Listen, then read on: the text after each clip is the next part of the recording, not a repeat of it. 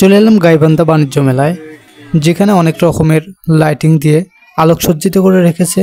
চারপাশটা অনেক সুসজ্জিতভাবে সাজানো হয়েছে, যার এক পাশে রয়েছে আইফেল টাওয়ারের মতো দেখতে এবং বিপরীত পাশে রয়েছে কিছু মানুষের দোকান। বাণিজ্য মেলার ঠিক মাঝখানে রয়েছে একটা সুইমিং পুল।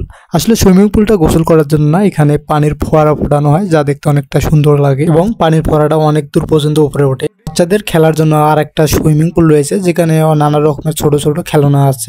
ভাই সকালে অনেক জায়গায় একটু ঘুরলাম, এরপর গেলাম বাচ্চাদের খেলনার জায়গায়, যেখানে বাচ্চারা ঘোড়া বিভিন্ন প্রকার পশুর মাঝে উঠে ঘুরতেছে, অনেক চমৎকার লাগলো।